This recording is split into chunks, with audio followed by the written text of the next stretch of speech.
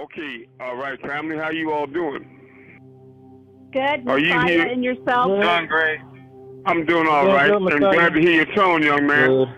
But what it How is, you a doing, lot of you Messiah? new people, a lot of you new people are going to start. Who back there, Tim? A lot of y'all going to start learning about the wiles of Satan, and that there are demons in this class, and they are trying to block the classes. But they play melodic music while they work from hot evil mountains. All right, everybody. Who has that first spiritual experience they'd like to share with us? I'm gonna teach you all in private how to curse people. Hello, who has that first spiritual experience they'd like to share with us, please? Oh, that first question. Okay, very good. Well, everybody around me is been doing a lot of synchronicities, and everybody's been having a reset around me, which is a good thing. Well, I'm glad to hear that. Including myself. I know you've been telling me about the number 11 especially. Yes, I have been seeing 1111 all the time, everywhere. Does anybody know what it means for now to dock with itself?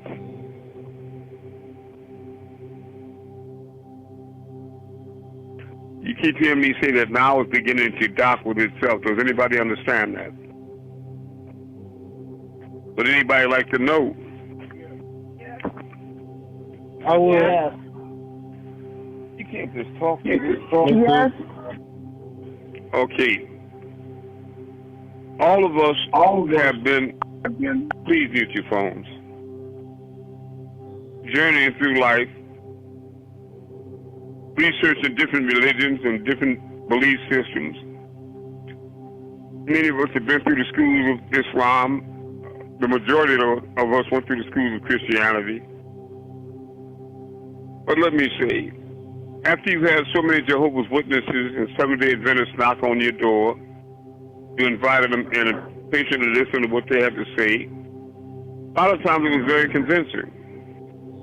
And when they left, you thought to yourself, there's some truth to that, you know, and it confused you about your previous beliefs.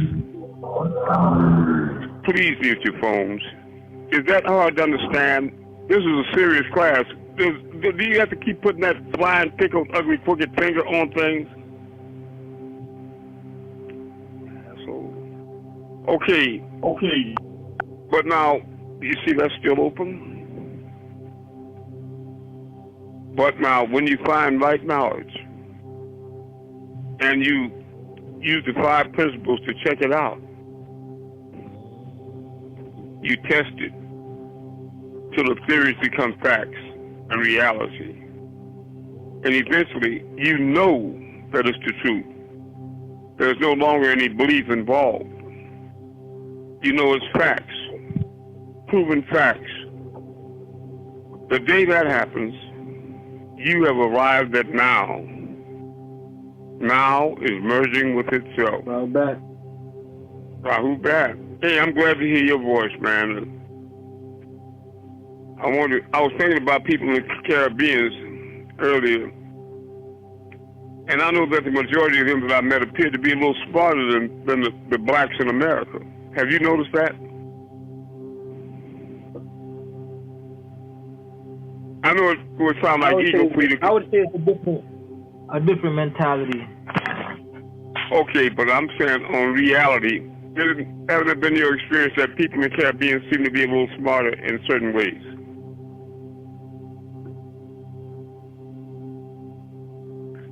I'll tell you why that is. In some cases.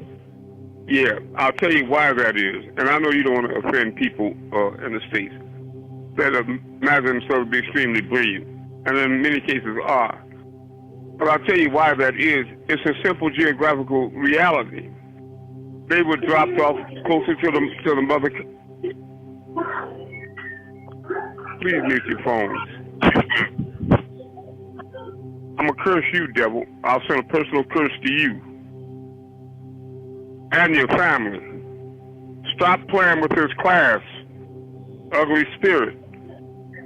Okay, you people in the Caribbean were dropped off closer to the motherland than others. It's a proven fact that the closer you are to the mother continent, more pure your stream of intellect and your connection to the source remains. So you don't believe it, huh?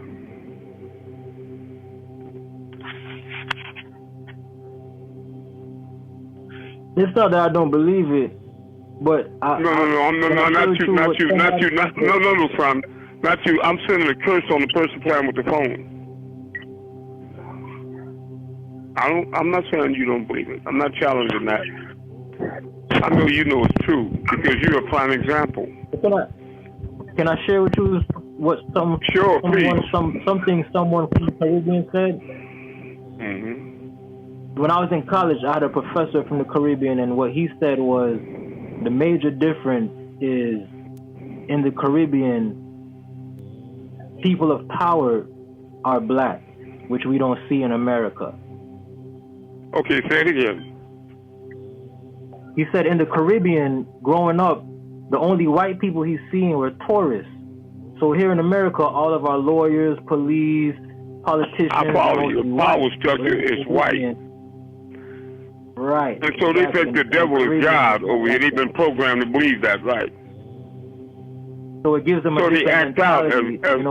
So they act out as Oreo, black, white devils, right? Mm-hmm. They imagine themselves against the original source. The melanin has nothing to do with it. Just inside, they're twisted and sick and degenerate. I understand. I know there are some, evil and twisted Caribbean people, but they are in general closer to the continent of Africa. And they stay closer to nature. And what you said is very powerful. Is that they were raised in a society that has black people in authority rather than white people. That goes a long way in programming conditioning because they learn to respect black authority. But people in the United States, these niggas don't respect any black authority at all. They only respect their white ex-slave masters. Okay. All right. I wonder if we could go to the Holy Tablets. And if you have a link to the Holy Tablets, which everybody here should, if everybody is posting, like I keep so saying desperately that you need to post to the whole world constantly. You follow? That's a prime example of whether people accept black authority or not. Those that won't, they won't feel the necessity to post because they don't see the importance of it. Because in their selfish minds, the only thing they're here for is their own personal glorification and growth. They want a connection to the Most High. And they can't comprehend in their limited perception that directly depends on how they relate to all others. Because nobody that he deals with, like Martin Luther King or Jesus Christ, Moses, think of themselves as individuals. They all want to raise up the population. But devils think of themselves as individuals. That's one primary attribute of a demon. And they're just not motivated to care about anybody other than themselves. I'd like you to take it to chapter. Go ahead. Excuse me. Are we going to do any questions prior to getting into tonight's class, or we'll do it after the class? I was gonna do a light healing class, and I promised last class to reveal to some people their auras. But right now, I want to take you all to chapter 15, tablet 13. Who's got those children of noise in the background? You should just really mute your phone. Robert, I'm sorry. I didn't know that I could be heard. I thought I was muted. Okay, yeah, it can be heard. All right, brother. Okay. Mm-hmm. Chapter 15, tablet 13.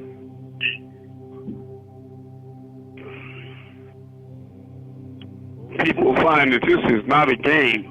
Will they figure it out now or later? and have forever to contemplate it, they'll look back on it and think to themselves, he was serious. This is definitely not a game. Let me see these.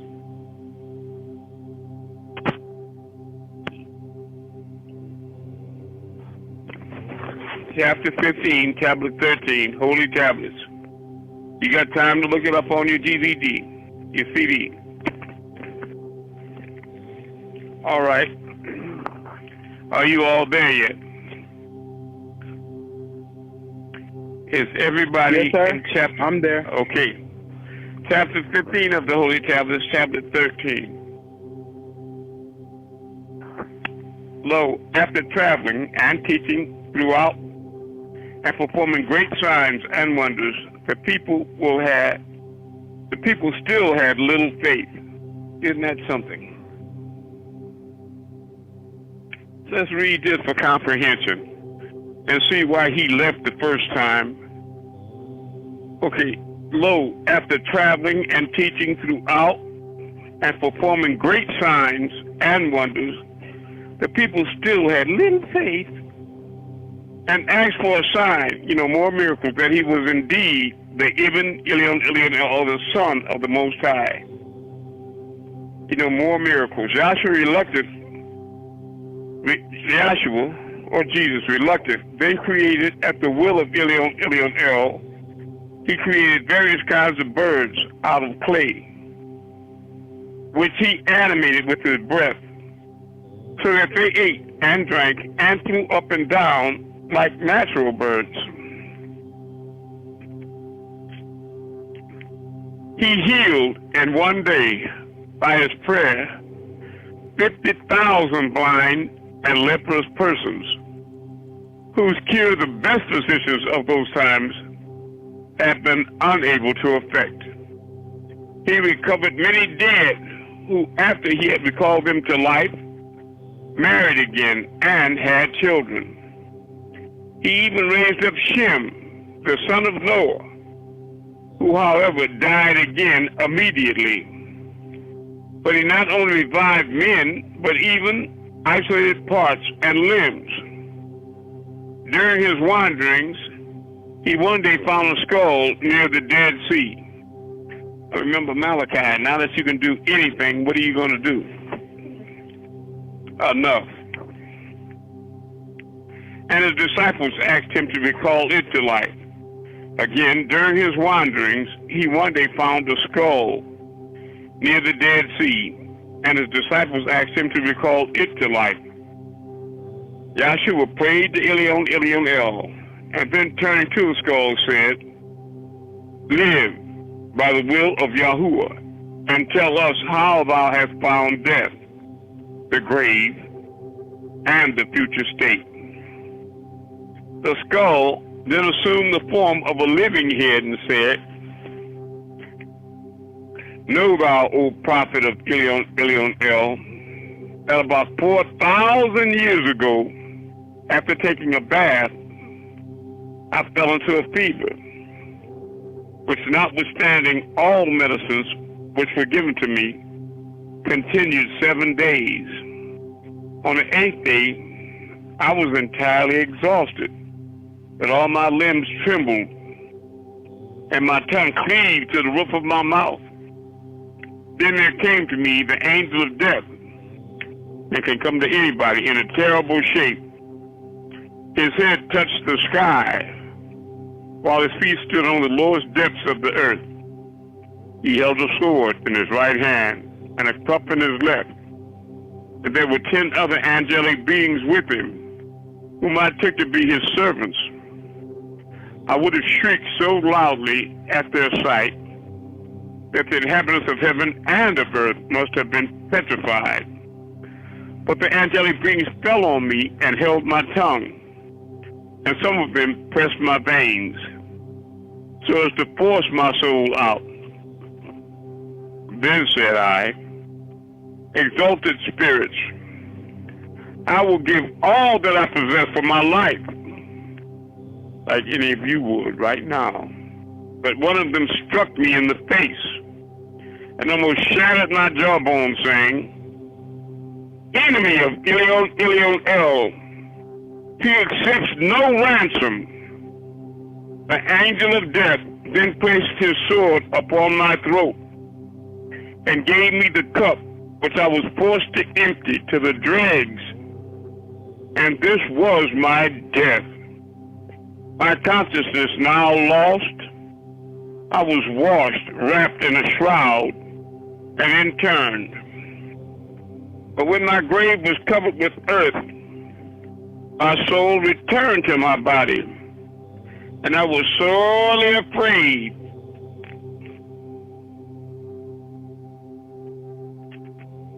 In my solitude, but soon there came two angelic beings with a parchment in their hands. I wonder if that's not called Incarnator. And told me all the good and all the bad I had done. They recalled every finger press I had done while living in the body. And I was compelled, everybody playing with Facebook and playing with everything, and I was compelled to write it down with my own hand and to attest it by my own signature. Whereupon they suspended the scroll on my neck and vanished. There they appeared two other dark angels with blue eyes, namely Munkar and Naker. Right. Black niggas with blue eyes, each with a column of fire in his hand. One single spark of which, if it had dropped on the earth, would have consumed it. They called me in a voice like thunder. Who is thy Yahuwah? Overcome with fright, I lost my senses and said shudderingly, You are my Yahuwah. But they cried, Thou liest, enemy of Elyon El, and struck me a blow with the column of fire that sent me down to the seventh earth. As soon as I returned again to my grave, they said, O earth, punish the man who has been rebellious against his Yahuwah. Instantly the earth crushed me, so that my bones were almost ground to powder. And she said, Enemy of Elyon El, I hated thee while thou didst tread my surface. But by the glory of Elyon El, I will avenge me now while thou art lying in my bowels. The angels then opened one of the gateways of hell and cried, Take this sinner who did not believe in Elyon El, boil and burn him. Thereupon I was dragged into the center of hell by a chain, which is 70 cubits in length, and as often as the flames consumed my skin, I received a fresh one, but only to suffer anew the torments of burning. And if you don't know much about burning, even in the physical, I've seen men and women and children burn so badly that when they wrap them in that special burn paper, and every day they got to change the bandages and pull it off, their nervous system goes berserk. It goes berserk. Berserk. I received a fresh one, only to suffer anew the torments of burning. At the same time, I was so hungry that I prayed for food, but I only obtained the putrefied fruit of the tree of Zaquam, which not merely increased my hunger, but even caused the most horrid pain and violent thirst. And when I was asked for something to drink, nothing but boiling water was given me. At last they urged one end of the chain with such violence into my mouth that it came out through my back and chained me hand and foot. I will that on every clown that disrespects and doesn't commit to this mission, most sacred and holy mission. When Yahuwah heard this, he wept with compassion, but demanded of the skull to describe hell more minutely. Now then, continued the skull, O prophet of Elyon El, who was that that sent me? to recite to you this purified pages of the holy tablets? Anybody know? L. That's right. Now then continue the skull, O prophet of Ilion El. That hell consists of 7 floors, one below the other. The uppermost is for hypocrites, the second for liars, the third for deceivers, the fourth for the users, the fifth for those who deny the holy tablets, reject the holy scriptures, and lie on those sent. It was I, Ilion El, who sent to you Ahmed as an apostle, reciting to you the purified pages of the holy tablets. So now, you got to figure out which one of these torments will you receive, or will it be all and more. And the 7th for the sinners. The last mentioned abode is least terrible, and sinners are saved from it through repentance. But in the others, the torture and agony are so great that if thou, O prophet of Ilion El, shouldst but see it, thou wouldst weep with compassion as a woman who had lost her only child. The outer part of hell is of copper, and the inner part of lead. Its floor is punishment, and the wrath of the Almighty its ceiling. The walls are of fire, not clear and luminous, but amber fire, diffusing a close, disgusting stench, being fed with men and idols. Yahshua wept long, and then inquired of the skull to which family he belonged during the lifetime. A short fleeting instant. He replied, I am a descendant of the prophet Elias. And what desirest thou now? That Ilion El will recall me to life, that I might serve him with my whole heart, so as one day to be worthy of paradise. Yahshua prayed to Ilion. Yes. Yahshua prayed to Ilion El, O Yahuwah, thou knowest this man and me better than we know ourselves, and are omnipotent. Then Ilion El said to him, I had long ago resolved upon that which he desires, since indeed he had many excellencies, and was especially benevolent to the poor. He may return to the world through repentance, and if he serve me henceforward faithfully, all his sins shall be forgiven. Yahshua cried into the skull, be again a perfect man, through the omnipotence of Ilion El.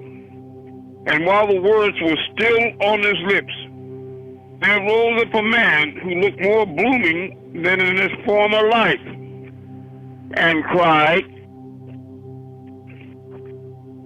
I confess that there is but one El Elo, and that Abraham was his friend. Moses saw him face to face, and you, Yahshua, his soul and word. I confess, moreover, that the resurrection is as certain as death, and that hell and paradise do really exist. This man lived 66 years after his resuscitation, and spent his days in fasting and his shadow hours in prayer. Nor did he alienate a single moment from the service of the Rabboni, that's Yahshua, until he died. But the more miracles Yahshua performed before the eyes of the people, the greater was their unbelief. Oh, there's something waiting for that funky ass. Something waiting for that filth. And I'm not crying about nothing. And I'm watching them starting to go right now, dropping out this class into hell. For all that they were not able to comprehend, they believed to be sorcery and delusion. Like what? Seeing your aura, that's illusion to them. Instead of perceiving therein a proof of his mission, even the 12 apostles whom he had chosen to propagate the new doctrine were not steadfast in the faith, and asked of him one day that he might cause a table covered with all sorts of fine food to descend from heaven. That's blasphemy, asking for more miracles, right? A table shall be given to you, said a voice from heaven, but whosoever shall thereafter continue in unbelief shall suffer severe punishment. Thereupon there descended 2 clouds with a golden table on which there stood a covered fish of silver. Many of the Israelites who were present exclaimed, "Behold the sorcerer!" Yes, indeed. What new delusion has he wrought? But these scoffers were instantly changed into swine. That's fair. And on seeing it, Yahshua prayed, "O Yahshua, let this table lead us to salvation, not ruin." Then said he to the apostles, "Let him who is the greatest among you rise and uncover this dish." But Simon, the oldest apostle, said, "Rabboni," that means master, "thou art the most worthy to behold this heavenly food first."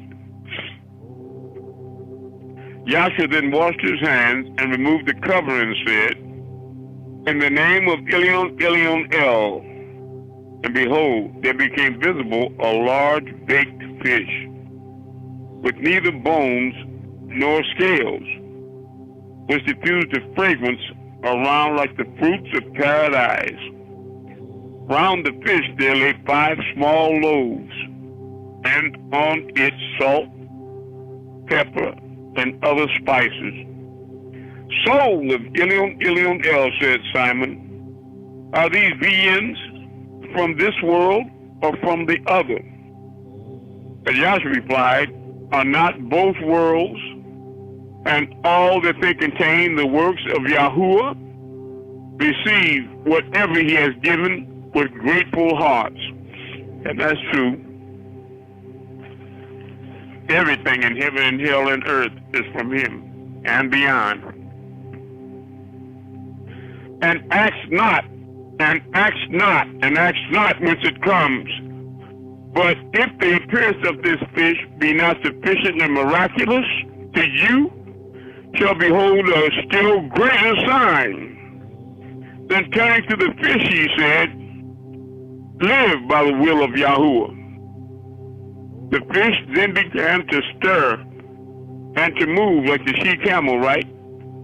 To that the apostles fled with fear. But Yahuwah called them back and said, "Why do you flee from that which you have desired?" He then called to the fish, "Be again as thou wast before." And immediately it lay there as it had come down from heaven. The disciples then prayed Yahuwah that he might eat of it first. But he replied, "I have not lusted for it. He that has lusted for it, let him eat of it now." But when the disciples refused to eat of it because they now saw that their request had been sinful, Yahshua called many aged men, many deep, sick, blind, and lame, and invited them to eat of the fish. There now came 1,300 which ate of the fish and were satisfied.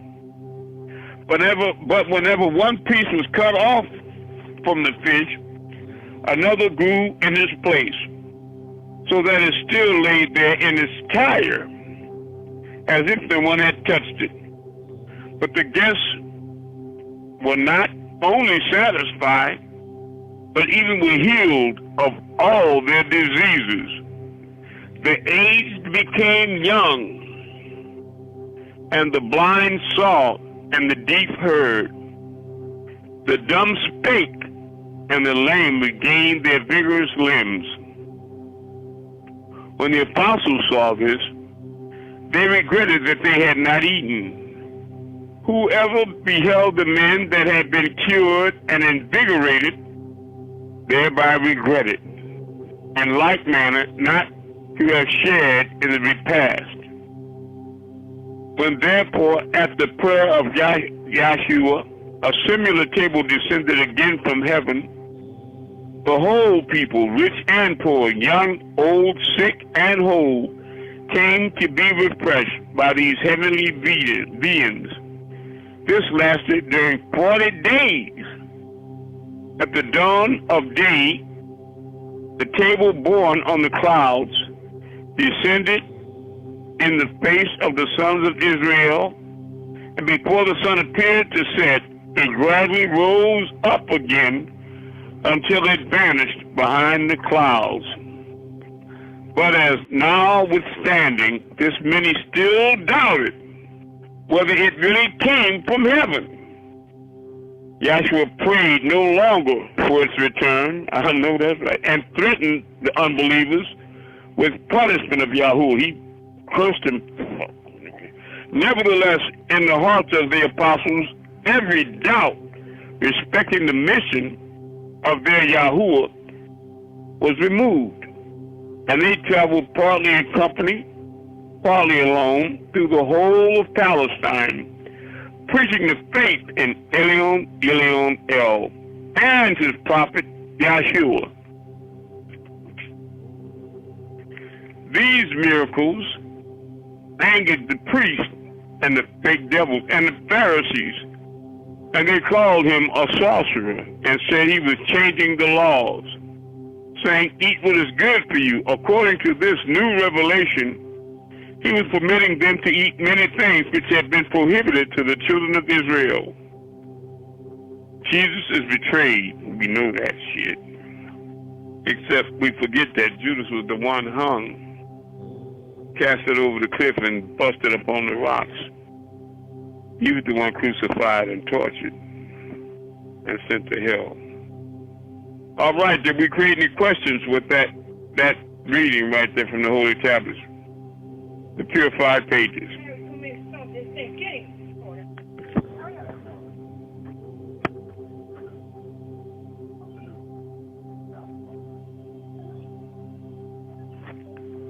Yes, all right. Who has a question? That's a baby spider. A baby spider. Hi. Hey, how are you? I'm good. I don't know if you guys remember. I do. Betty? Oh, this is my friend that I was talking about. She wanted to tell her part, I guess. Here. Yes. Sorry, it's because I'm shy. Okay.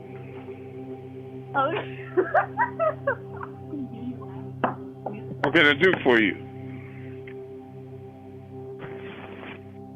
Okay, so basically, yes.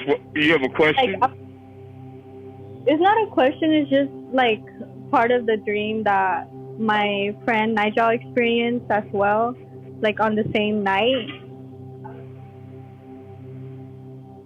Okay. But basically what happened was that I was just like inside a car, and it was like with my cousin and like my aunt, and there was like these two, there was like a grandpa and like basically like a grandson and stuff, and they were like sitting next to me like inside the car, and my cousin and my aunt, like they were sitting in front. And like I remember that the grandson had asked me for my Snapchat and stuff, but I'm gonna just get to the point. But basically, like I was just inside my house, and like it was like everything turned dark and stuff.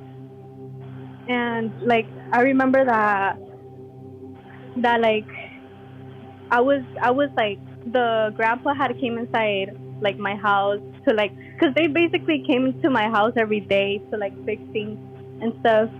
And like the grandpa had came to fix something that I don't remember what they would fix. But then like I remember like seeing the grandpa like kind of tired, so I let him sleep in like on my bed and stuff. And then like out of the nowhere, like everything just turned dark. Like it felt like it was the 3-day of darkness thing. I don't know if you guys have heard that, but then like basically my dad had came upstairs, and then he had told me like pack your things, like don't bring makeup or anything, but just bring like your straightener, like your hair tools. And I remember like the grandpa was still laying down on like my bed, and then I asked him like, what should I do, like should I wake him up or something? And like my dad was saying, no, like just leave him, like he won't wake up or anything. And like basically I packed all my things, and like I went downstairs, and then we just stayed like inside my kitchen. And then like while we were in my kitchen, like there was some government people that parked, like because I live like next to the store, and they parked like on the corner of the parking lot. And they like I remember them coming out, and it was like the same man that my friend Nigel had seen like inside her dream. And like there was this one other woman like that came along with him, and then they just like started creeping around my kitchen windows, like knowing that we were there like in the kitchen. And like they had like pointed their flashlights and everything. And then like they were just like absorbing us. And then they smiled, like I remember the guy like smiled at me, like we made eye contact, and like he just smirked a little. And then they like ended up leaving. And then I remember like something I asked my dad like if he knew what this was. And then like I was telling him like I remember reading in the Bible about like Zion the mountain, and like how his name is Zion too. And then like he was just telling me that he knew that it was a 3-day of darkness, like if I have ever read that like in the Bible and everything. And then basically he was just saying that not to fear about anything, and like just keep calm, and like just follow God's path and will. And then like I remember like in my dream, what did this man look like? He looked like he had like a beard and like a mustache, and it What was his race to begin with? white. Okay. Yeah. Okay. He was a beard and he was white, a government man, right? And he had like an Abraham Lincoln hat, like, but it was like blue. And he had like a blue coat and everything. And so did the woman, but she didn't have like a hat. It was like her just having the blue coat. Did you feel any fear? It sounds like you didn't. Excuse me, what did you say? Did you feel any fear? I felt fear. I felt like they were like government people, and they were like out to get us and stuff. And that's why like they had came like through the window and like started observing me, my family. All right. So what was the point? What did they end up doing? Basically like they just left. And there was like some family members that like had came in and out of my house, but like I couldn't. Did you all ever get an explanation for their visit?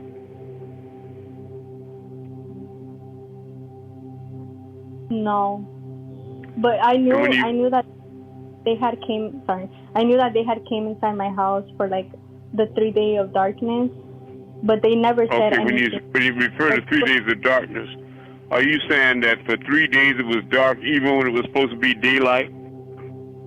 Yeah. And that like, was only at your house, or was because it wasn't widely reported on the news? well, I don't know, cause that's how I saw it in my dream. Oh, in your dream? Okay, all right, I got it. Yeah, Okay. it didn't happen in real life. Maybe you saw the future like John did on the Isle of Patmos. Did you get the email from me that I sent the Holy Tablets for me, the link for the Holy Tablets? I don't think so, cause this is not my phone. Did you get an Okay. email? Do you have an email that the brother in Texas knows, Morrison? You know her email? No, I don't got hers, but I can get it. Well, why don't you send her the Holy Tablets right now? Yeah, my friend just mentioned it to me that she had sent me it. I'm sorry? I'll send it. Okay. I'd like it to have it right now, if you could. Okay, we're going to go to chapter 15. That's the Christians. It's going to be tablet 1, the story of the mud. Chapter 15, tablet 1, Holy Tablets.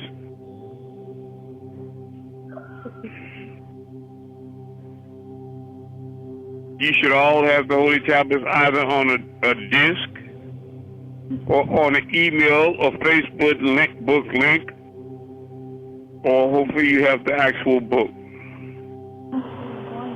But it's incumbent upon all of you to follow it directly. Let's go to chapter 15. It's the first page of chapter 15. We're there. Did you send her a copy? I'm doing that right now. Very good. Sister, I'd like you to tell me when you get the copy so he can tell you how to just hit the link and go to the Holy Tablets. You'll have those tablets for the rest of your life. That is the most important book. It's what the Bible thought it was before they tampered with it. And for people that believe the Bible is the Word of God, undisputed, that's why I had the last two classes before the last two, to walk you through certain parts of the Bible to let you see that it was terribly, grossly tampered with. And it wasn't the Word, the perfect Word of the Most High God, but that these government men, or whatever you call them, I say devils, they had scrambled the scriptures up a lot. He sent it to me. Very good. Now you see the link that says Holy Tablets? Yes. Click that link. And when it opens up, go to the Holy Tablets, chapter 15. You'll be there with us. I'm sorry, you're lagging. I'm sorry? Say it again. Oh, no. I was just saying that you were lagging, but... Chapter 15. I am. Chapter 15. You have the real scripture now. It says one of their idols was named Tammuz. The story of Tammuz? Yes. It's on page Okay. 1346. I think she's there. It's tablet 1, the story of Tammuz. I think she's got it. Yeah. Okay. Now, everybody has it. You got it, Aunt? Yes, I have it. Okay. Very good. Lo, the mud, whose name was Yadishia, was the son of Eber and Hudith. Eber, which means to cross to the other side, where the word Hebrew or Ibri comes from. Its meaning crossed over. Thus, this is the real father of the Hebrews from Abraham to Jesus.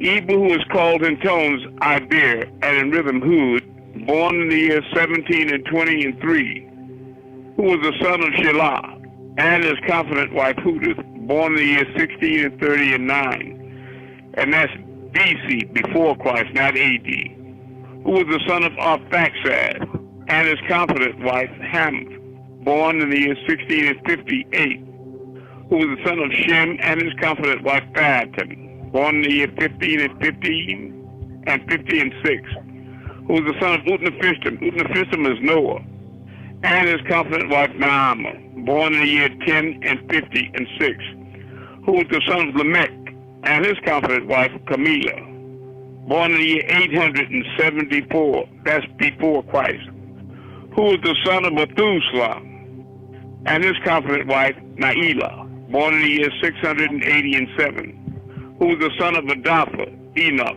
and his confident wife Dialaba, also called Telmizah, born in the year 620 and 2. Let me tell you about all the apostles and prophets of the Most High. Their lineage can be traced all the way back to the Creator. Past Noah, Methuselah, Adam, and Eve, who was the son of Jared, and his confident wife Silham, born in the year 460. That's why they're a pure link, a silsila, a chain, all the way back to the Creator. That's why they were sent, in order to give you pure history and revelation from the Creator directly, because they have a direct link. Who was the son of Mahalalel, and his confident wife Hannah, born in the year 390 and 5, who was the son of Canaan, and his confident wife Leah, born in the year 320 and 3, who was the son of Enos, and his confident wife Bathsheba, born in the year 230 and 5, who was the son of Seth, and his confident wife Achemia, born in the year 130, who was the son of Zachar, that's Adam, and his confident wife Nakeba, that's Eve, born in the year 1. Now, Adam and Eve had parents, who was the son of Atum, and his confident wife Lilith. They dwelled in the northwestern country called Ilion El Hijar, which is situated between Hijaz and Syria. So we went back a long way now. Let's move forward, and don't be shocked by the truth that you see. It's not what the devil showed you. All right? Verse 18, people of the mud.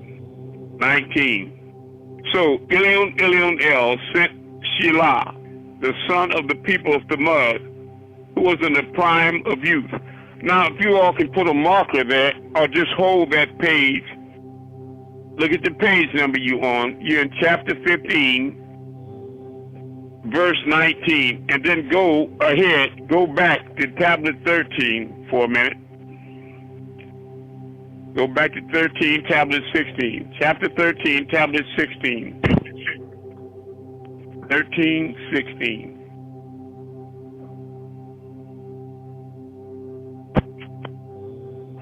It's important that you do. Go back to tablet. Chapter 13, tablet 16.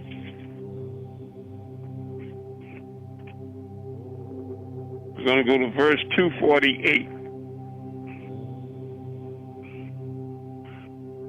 So we know that this Shelah fellow, he was an apostle sent by Ilion El to the people in his day as a pure warner. We're going to show you how the Creator works and who he's close to now. That's everybody here in this conference call. This message is for you. It's everybody in chapter 13, tablet 16, on verse 248. Yes, sir. All right. Are you there, little sister? Yes.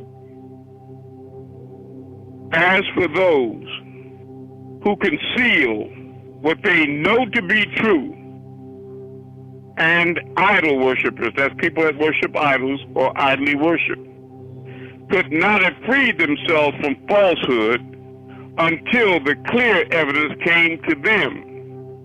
People that have been knowing me for years know that I was sent as Ahmed to this world. Ahmed. Imam Ahmed Abdul Muhammad al-Mahdi. But now I've ascended to the seat of Amun.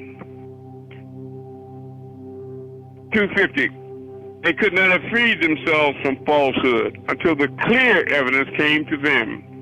He, Ahmed, that's me, was once sent from Elyon El as an apostle, reciting the purified pages, the holy tablet, all caps and underline. That's what you have in your hands right now.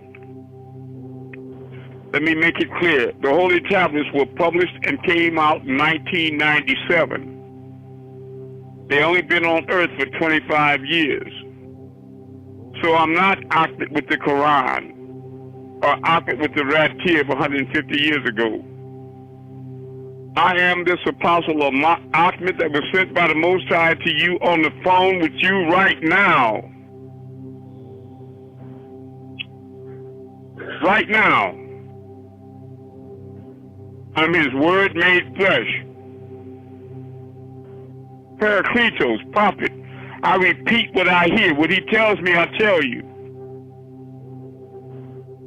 And to those who were given the scripture, that's every one of you that have been made gifted with this information.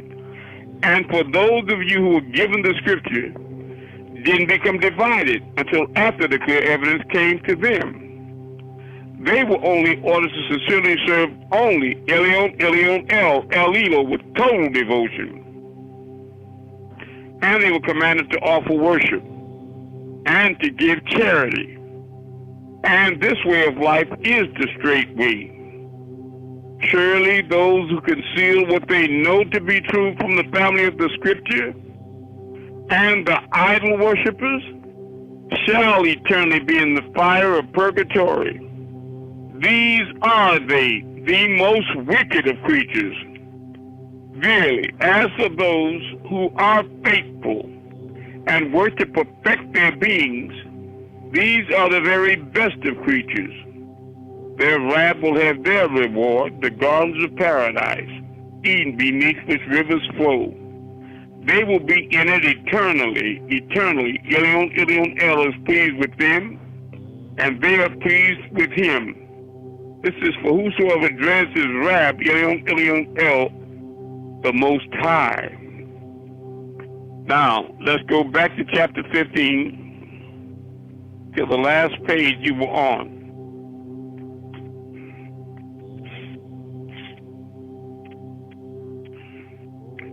That's going to be chapter 15, tablet 1, verse 19. Because this person, Shelah, he was an apostle sent by Elyon El, just like me. His number is also 19. So if I do abjad, or the science of numbers for you all, you'll know that it's my number. And this book you have in your hand is on the number 19. There are 19 chapters in the Holy Tablets. Every one of these chapters is broken down in increments of 19. If you don't believe it, bring the like of it, or tell somebody else. To tell the Pope to get up off his knees, stop kissing them black African toes, and bring the like of it. I understand what people have been programmed to believe, but the Creator is reaching out to you because he thinks you've got enough sense to break that generational curse. Okay. Can you handle the truth? All right. 19. So Elyon El sent Shelah a son of the people of the mud, who was in the prime of youth. Being only 19 years of age, he was dispatched to be the guardian of the tribe. Only after the commencement of the 14th year of his age, acting comfortably with the instructions involving the disordered nation, he followed the great path. His threatening was the consequence of obstinacy, and as he preached 7 years, only a few heard his words, while the majority persisted in their evils. Shalah's uninterrupted efforts excited the adversary, the devil, to such a degree that they desired to kill him. So at last they decided that on a certain holiday to kill him. Oh, fighting fear shit. Shalah was asked to proceed with his followers to a place of festivity, and from there both parties should engage in prayer to ascertain on both sides as to who had the truth, and then they would all adopt the truth of that party. So when the day of the feast arrived, they all left the town and proceeded to the place. The infidels, that means the fake liars that think they got the truth, the infidels which they employed wanted to frustrate the cause of Shalah and not allow the great idol to grant him prayers.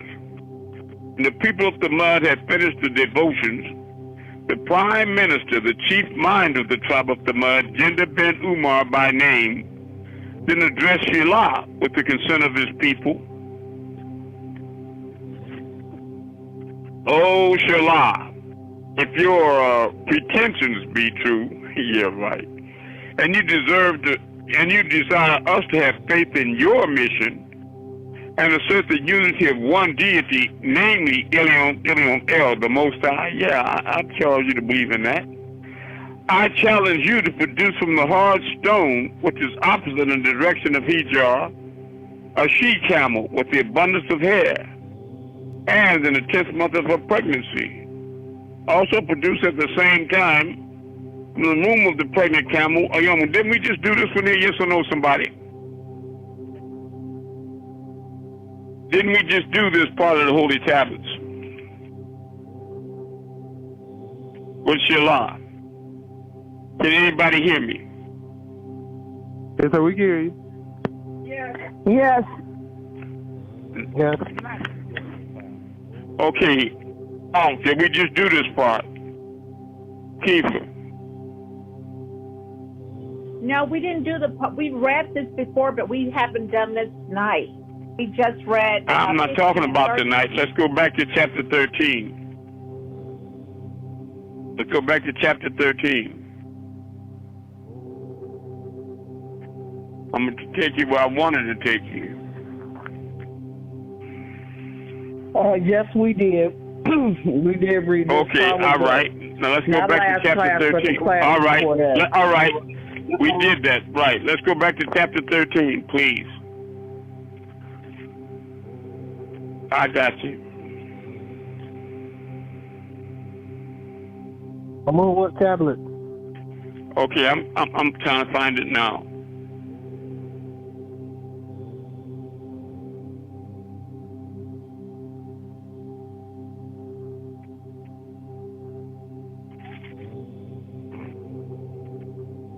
Yeah, I mean, not in my book. Okay, 1242. Okay, we're going to go to chapter 13, tablet 16, the destruction of Ad.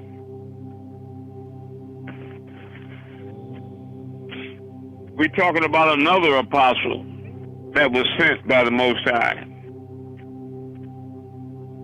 What page is that, Amun? In the soft back is 1242. Thank you. Could you please repeat? It was chapter what and tablet what? It's chapter 13, tablet 16. Okay, thank you. Mm-hmm.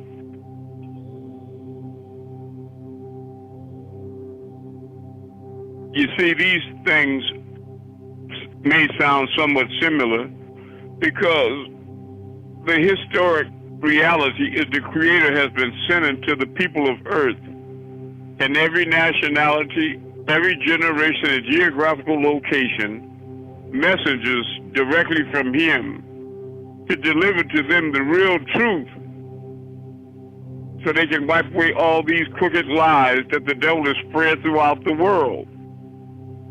Because these people he has chosen to be of his faithful and to bring them to the real heaven with the real truth.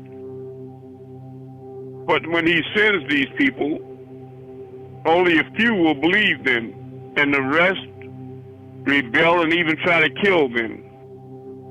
And of course, that's when all these great destructions happen and people get sent to hell.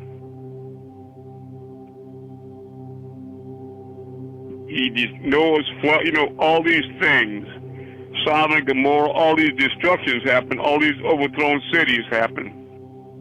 And this is the final conflict.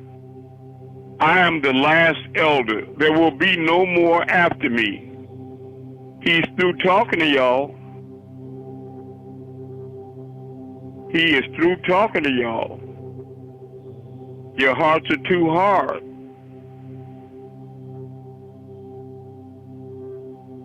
You know what a soft, never the skull.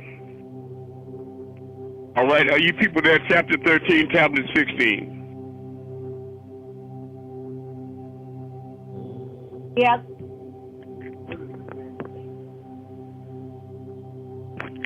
Library, did you give the page number to the young sister?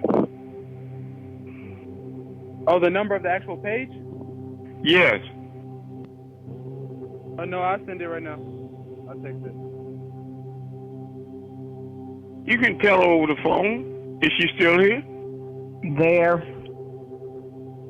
No, I'm talking about the young girl that was here before. I'm hoping she didn't get discouraged and leave. No, she's still here. It's page 1278.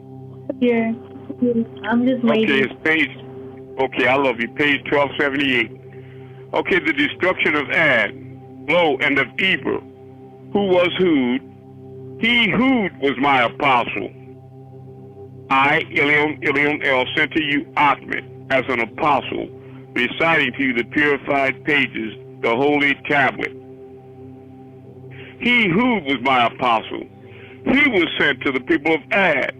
He was 1,200 and 1,200 years after my son Utnapishtim, or Noah.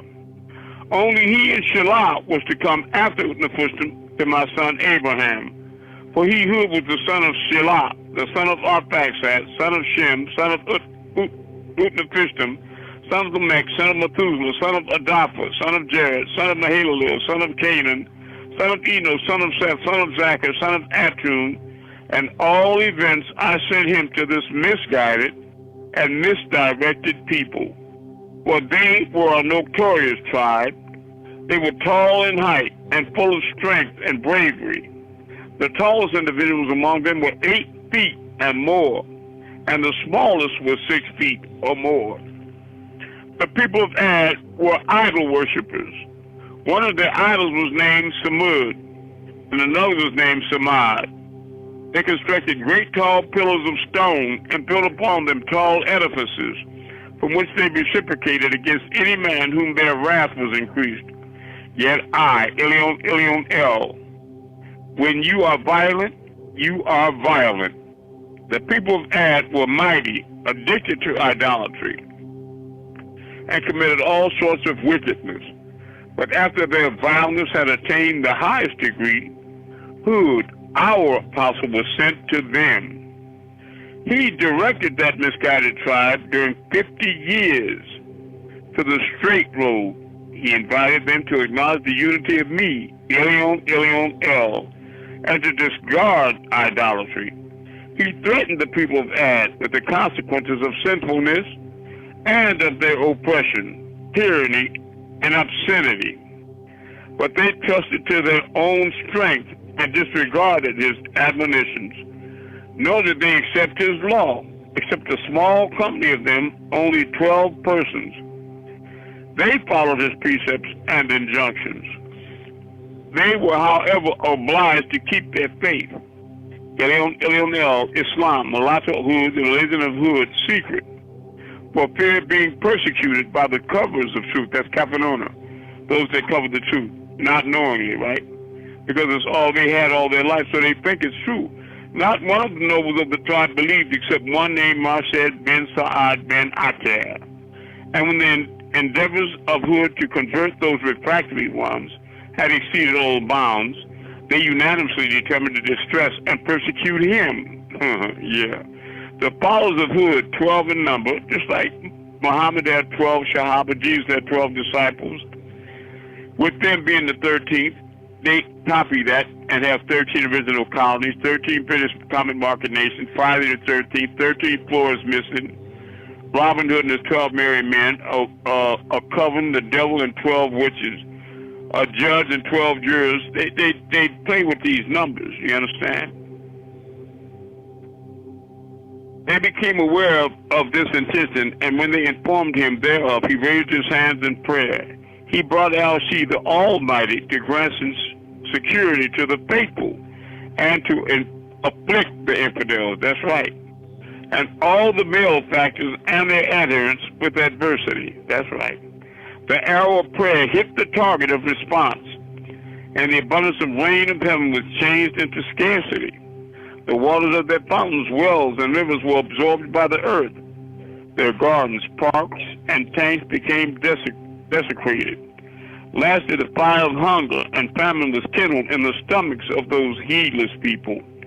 And during 7 years they were afflicted with the misery of death. But compassion, being one of the qualities of the apostlehood, admonished them on that occasion, saying, "O you misguided people, have faith in Illinois, that this punishment and calamity be removed from you, because it was only the consequence of your rebellion and disobedience." They, however, considered his admonitions and promises to be impossible, and persisted in their former ways, not paying attention to Hood's preachings, but continuing in their infidelity and wickedness, saying, "We cannot abandon the worship of our idols for the sake of your words." And when the famine had culminated in the most acute distress, and they had neither bread nor water, they unanimously decided to send a number of men to Becca in order to pray for rain. It was the custom at that time that when any calamity befell a faithful person in the unity of Illinois or an infidel, he betake himself to the sanctuary of El Rab, whose magnificence be glorified, which was situated in the locality of the Kaaba, that's now in Central Arabia, where a red hill stood, and after he had prayed, his wish was granted. At that time, the inhabitants of the blessed city of Becca were the children of Amalek, the son of Lad, son of Shem, Ham, and Japheth. They were called Amalekites.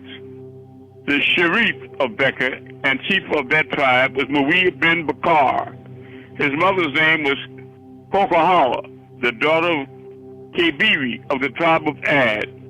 When the calamity of famine had risen amongst the Adites, they sent the head men of their people, such as Quil, son of Aiz, Lukman, son of Ad, Baquam, son of Hilal, son of Marsad, son of Aquir, Saad, son of Halika, son of Kabiri, and the maternal uncle of Mawiyah, the son of Bakar, and many others. The number of 70, under the leadership of the above-named Quil, to the noble city of Becca, with the instructions to stay in that sacred place for the purpose of praying for rain.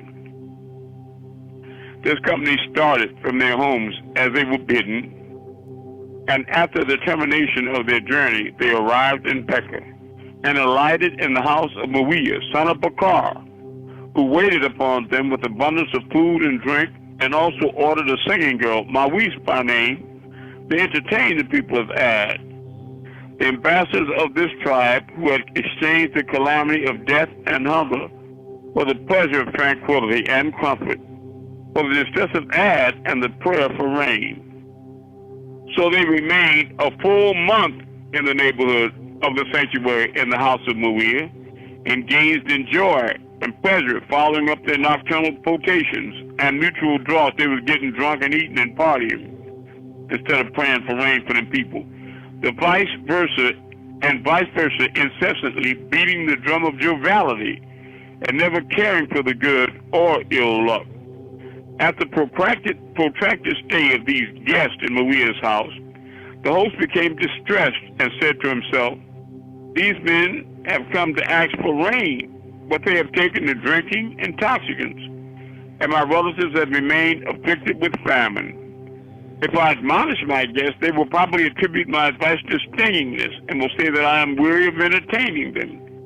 At last, he composed a piece of poetry wherein he alluded to the carelessness of Quill and his companions and to the misery of their friends at home.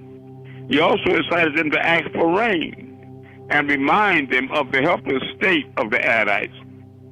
He made the singing girl Mawis learn these verses and chant them at the banquet. The guests were admonished by the constant repeating of their own procrastinations, reproached each other, and began to make the arrangement necessary for the prayer, such as offering sacrifices. They also prepared to go to the customary place for making the necessary inquiries. On this occasion, Marsad, son of Sa'ad, who had arrived, kept his faith sacred, informed them that if they did not have faith, their apostle, the absolute benefactor, would not grant the rain. He also recited verses to them. They perceived from the words of Marsad that he belonged to the company of Muslims. He was with the apostle. Therefore, they separated from him and hastened to the place of prayer, on their own, praying to the devil, I guess. And after taking refuge with the beneficent donor, there was an appearance of clouds, one white, one red, and the third black. A voice was heard from above saying, "O Quill, select one of these three clouds." Quill imagined that the black cloud would give more rain than any other. He selected it and said, "I've chosen the black cloud because it contains most water." Suddenly a herald's voice was heard, "You have chosen ashes." Not a single individual of the tribe of Ad will be left. It will spare neither the father nor the son. Then Ilionel, sender of winds, dispatched the black cloud selected by Quill, which contained a storm of chastisement and vengeance towards the craft. The hill sands were moved by the wind to the tribe of Ad. When the latter perceived the approaching cloud, they joyfully pointed it out to each other, saying, "This is the cloud, the showers of which will refresh and gladden the garden of our expectations." And the blessed verse, they said, "This is a traversing cloud which brings us rain."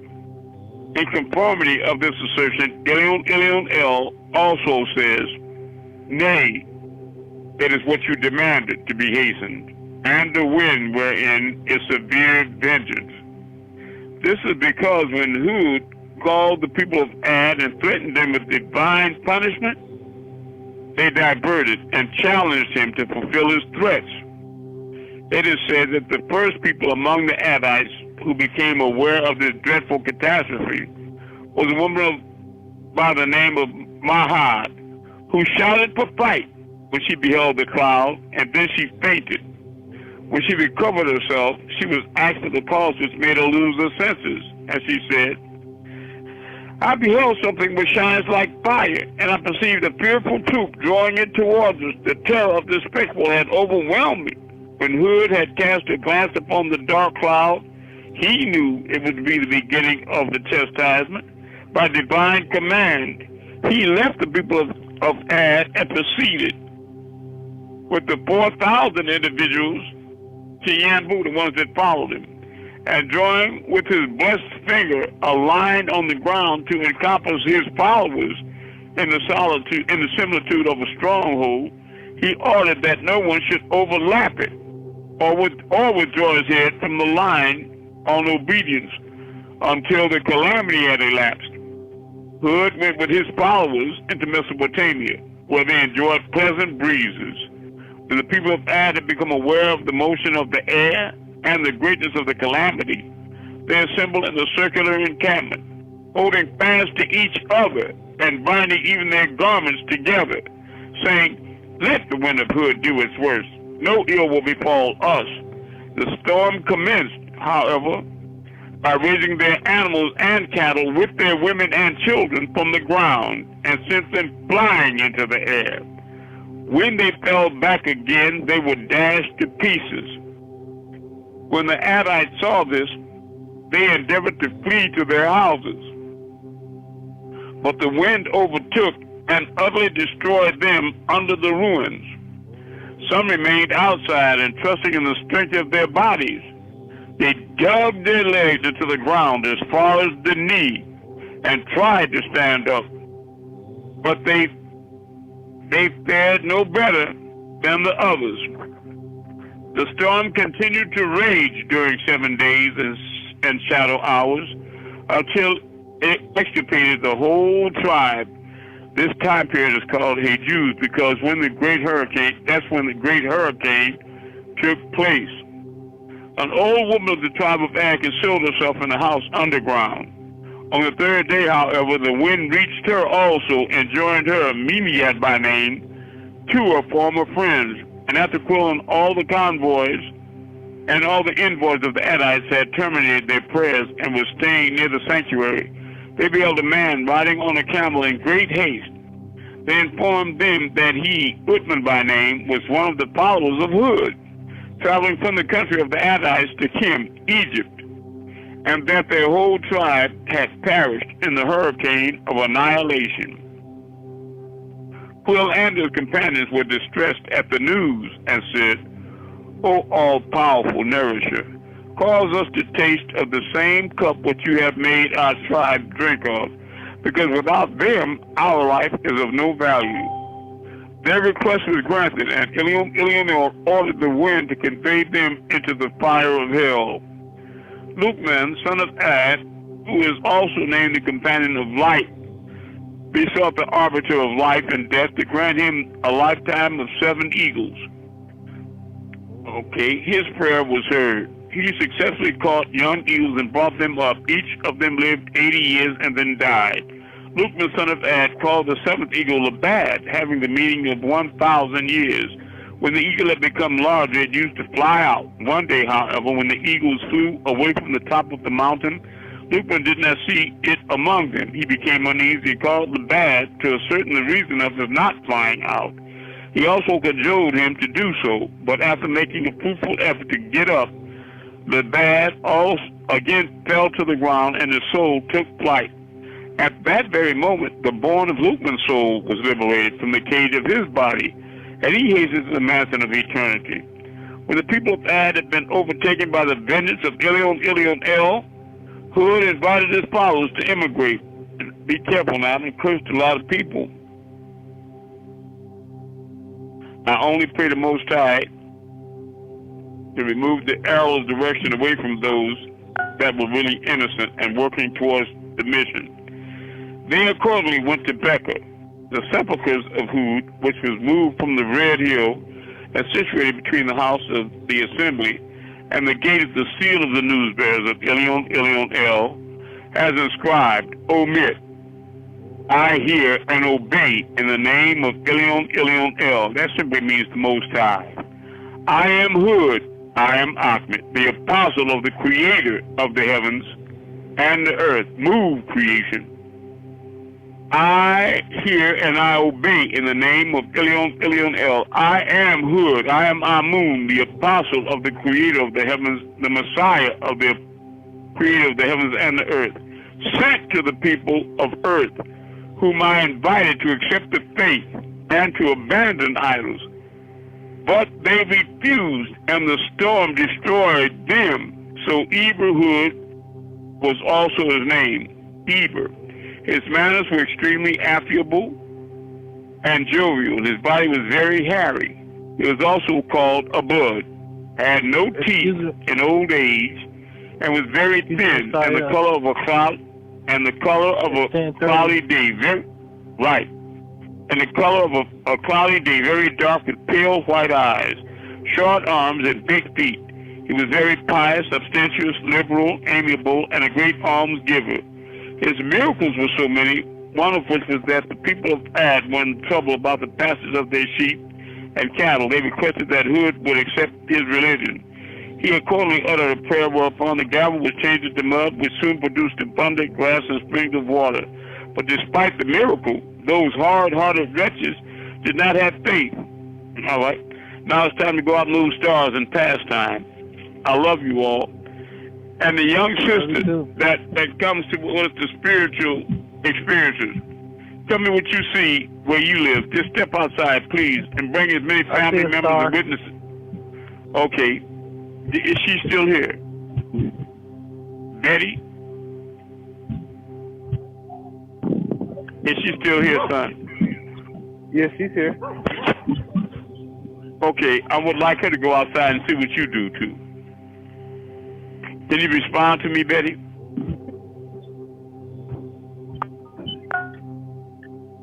Is that her name, son? Yeah. No, it's Nigel. Yeah, Okay, Nigel. Okay, Nigel, can you step outside so you can see what he does to the stars and then do the same yourself? Okay. All right, son. What are you going to move for us? You'll be able to see the star that moves when he does it. Yes, sir. Do I just look at any star? Yeah, he's going to move a star right now. I'm going to give him the power to move a star. Then I'm going to do the same for you. All right. What are you going to do with the star, son? Star. Okay, let me ask you. Can you see one directly over your head so she can look at that one too? Yes, sir. That's the one I'm looking at. Okay, directly over your head, little sister. You see it? Okay, which way you going to move it? I'll tell you what. Move in the name of Amun-Rayay. Move left in the name of Amun.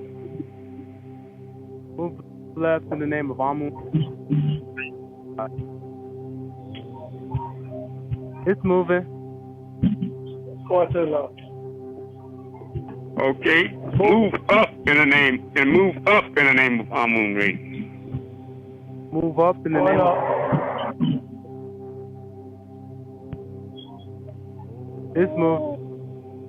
You see it, right, little sister? That's what I'm saying.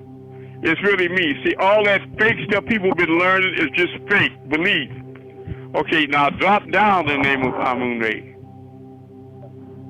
Drop down in the name of Amun-Rayay, the Messiah. Let's drop it down.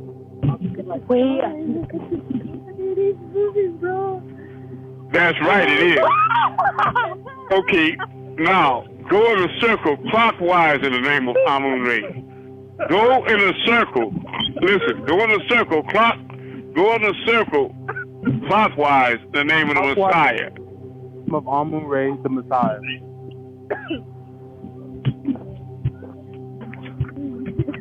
It's going in the circle.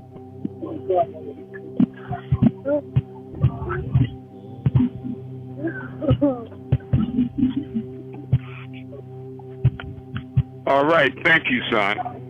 Now, little sister that's been having so much, yes, I love you, that's been having so much patience with me, you pick a star, unless you can see the moon. If you see the moon, I'll put your face in it tonight.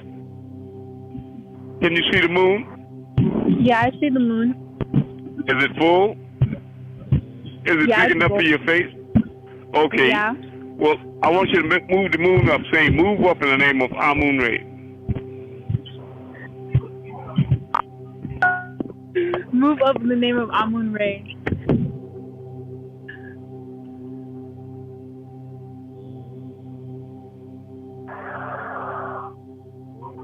I see it moving. That's right. Now tell it to drop down in the name of Amun-Rayay. Drop down in the name of Amun-Rayay.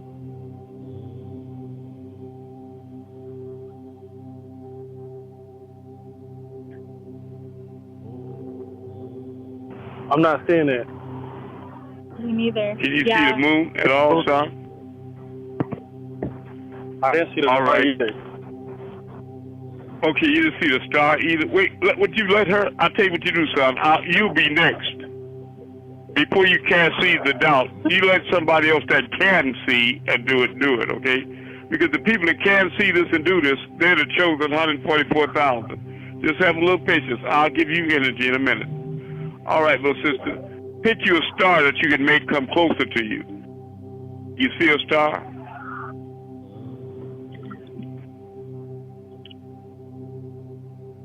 Can you see a star, little sister? I see one in front Okay. of me. Okay, you see one in front of you? Very good. Come closer in the name of Amun-Rayay.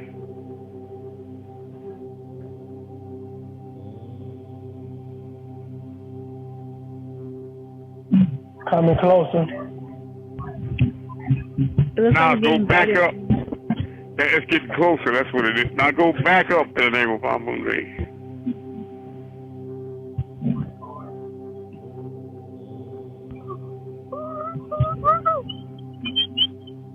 All right. It's moving back. Now, little sister. I want to put your face in the moon. That's right. Now, I know what you look like. You don't know that I know that, but I'm going to put your face in the moon. You're going to see your eyes. You'll see your mouth talking while it's moving. Move in the name of Amun-Rayay. Move in the name of Amun-Rayay with her face in it. You're going to see an aura around the moon, too.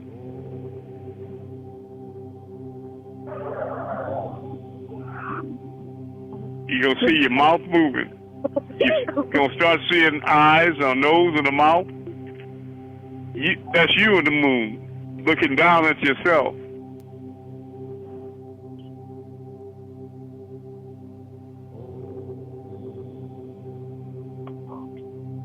What the heck? You're seeing yourself, right? You're starting to see yourself, right?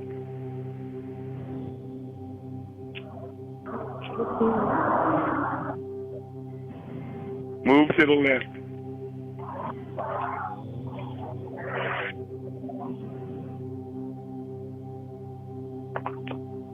Your mouth is still talking.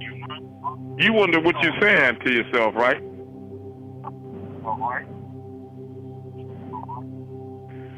But little sister, I want you to know, everybody in creation has seen your face in heaven and on earth.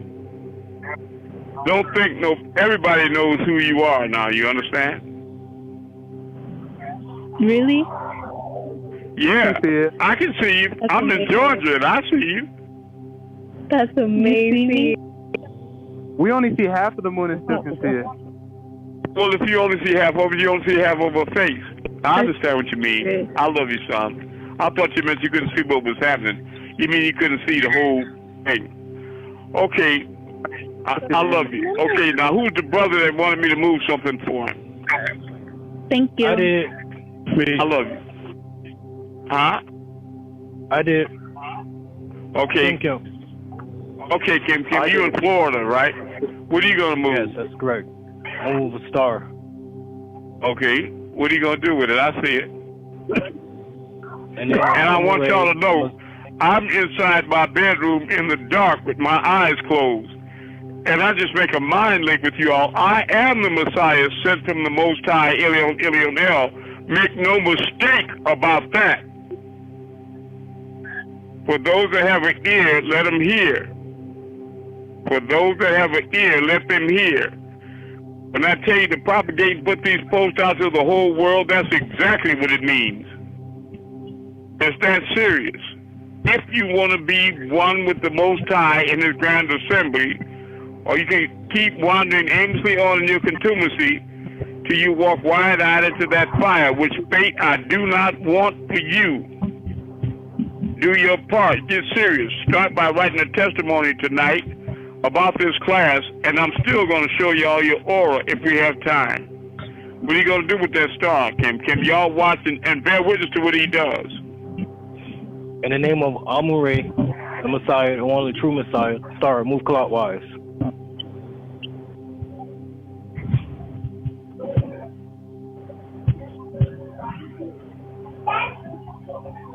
It's moving clockwise.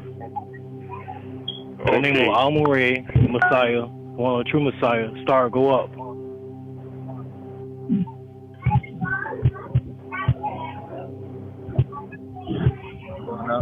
It's moving up. In the name of Amun-Rayay, the Messiah, the one of the true Messiah, star drop down.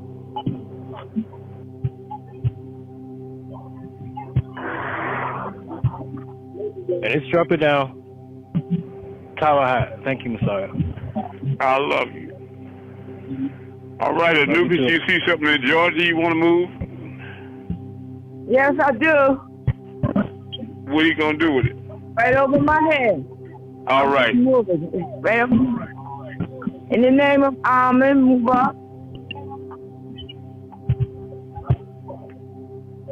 And Alex moving up. In the name of Amun, drop down. Dropping down. And it's coming down. In the name of Amun, move to the right.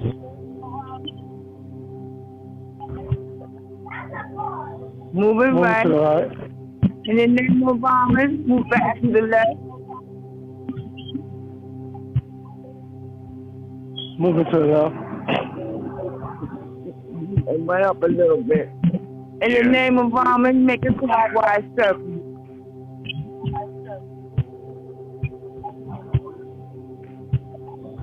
Clockwise circle. All right. Clockwise. All right, you all, come on back inside. That's all the miracles for tonight. But all you new people that come here and don't ask to perform miracles and don't come out to identify yourself, you're making a tragic error. If you're here for the right purposes, and even if you're not, you should test it to make sure it's true. Make sure it's really us. We are not another clown group like the ones you've been associated with. We are not a fake religious belief. We are connected directly to the creator of the heavens and the earth in reality. We may not be what you were conditioned to believe, but we are the real truth that you have forgotten by time. Wake up, family, and come home. Yes. You said you're in your room in the dark and you see the star? Yes, what I do, and people that come to visit me know this, when I move stars with you all, I stay in my room, let them close the door, I turn off the lights and close my eyes. Because I don't need to go outside and look at the sky. I make a link with your mind. If you don't believe it, step outside right now and I'll do it for you. All right. You want to try? Yes, I do actually. Okay, go on out there. Look straight up at a star.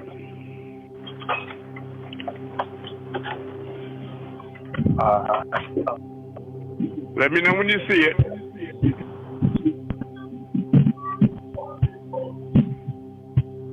Which state are you located in? Texas. Okay. Well, it's clear now. You can see something. Come in. Yes. You see it? Tell it to move to the left. Tell it to move to the left in the name of Amun-Rayay. Move to the left in the name of Amun-Rayay.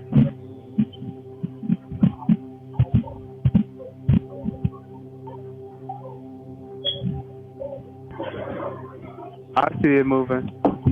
That's right. Now tell it to move up in the name of Amun-Rayay. Move up in the name of Amun-Rayay.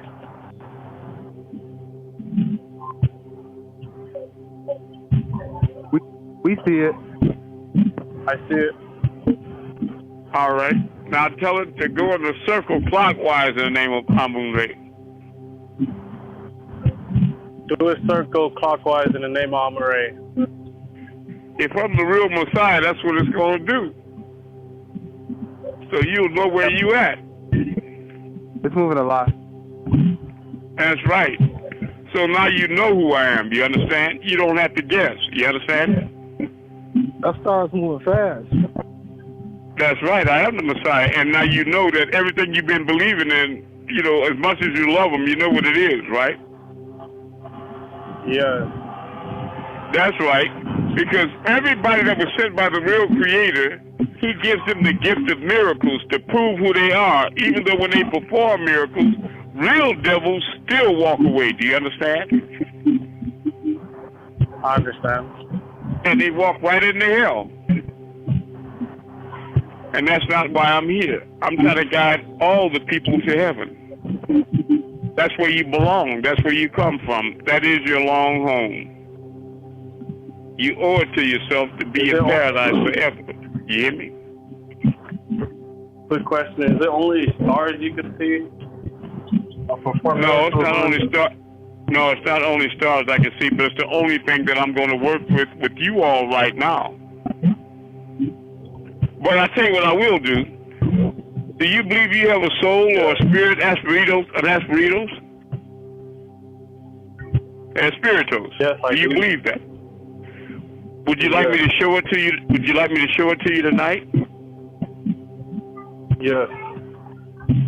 Go inside. All of you go inside. I wasn't going to do this, but I'm going to do this just for this young brother.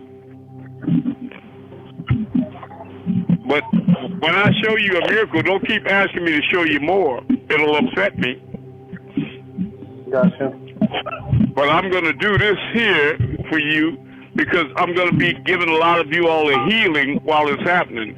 Because I sense there are some people here that need to be healed. You understand me? Yes, sir. All right. Now, when you get inside, I want you all to lay down in a comfortable spot where you kind of got a little seclusion. Little sister, are you here? What is her name, son? Nigel? Nigel? My friend can't right now. She's driving at the moment. But yeah. I didn't hear what she said.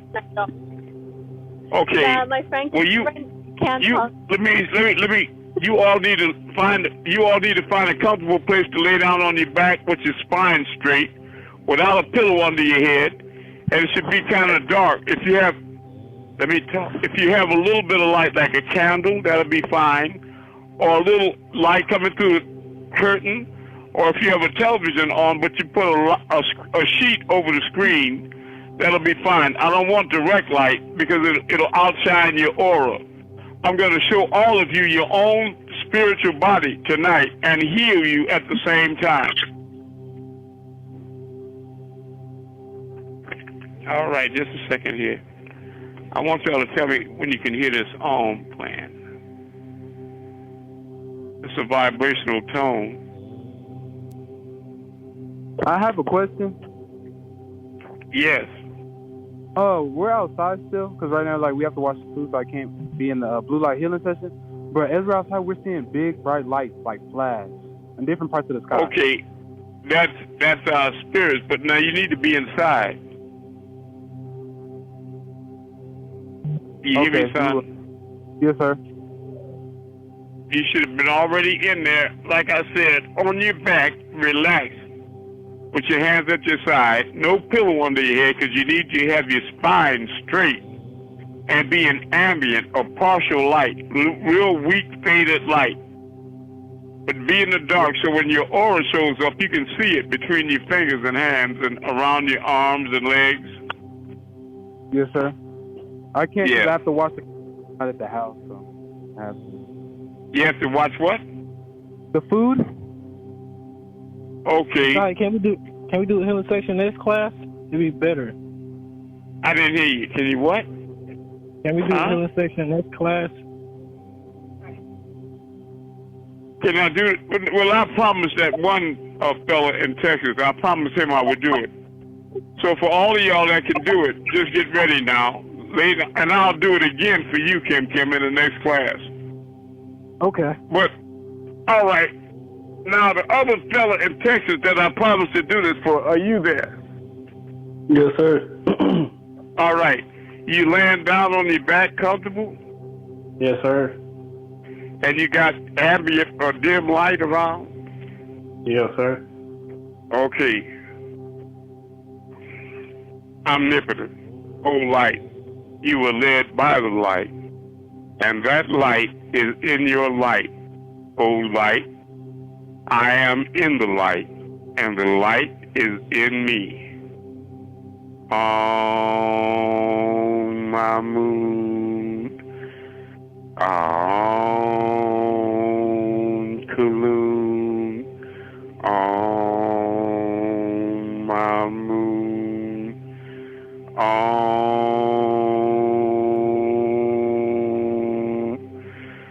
Amun,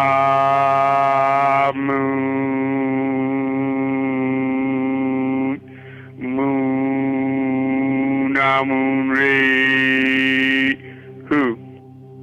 All right. I want you all to count backwards from 10. As you count down, I want you to release all stress and connection with the physical world. Let your muscles relax in your neck, your head, your back, your legs, your feet, your whole body. Let go and let God and relax. 9, drop down, relax, let go. 8, drop down, further, relax, let go, let God. 7, drop down, let go, relax. Just float on the clouds. 6, try to stay awake. 5, drop down, let go, relax. You are freeing your spirit.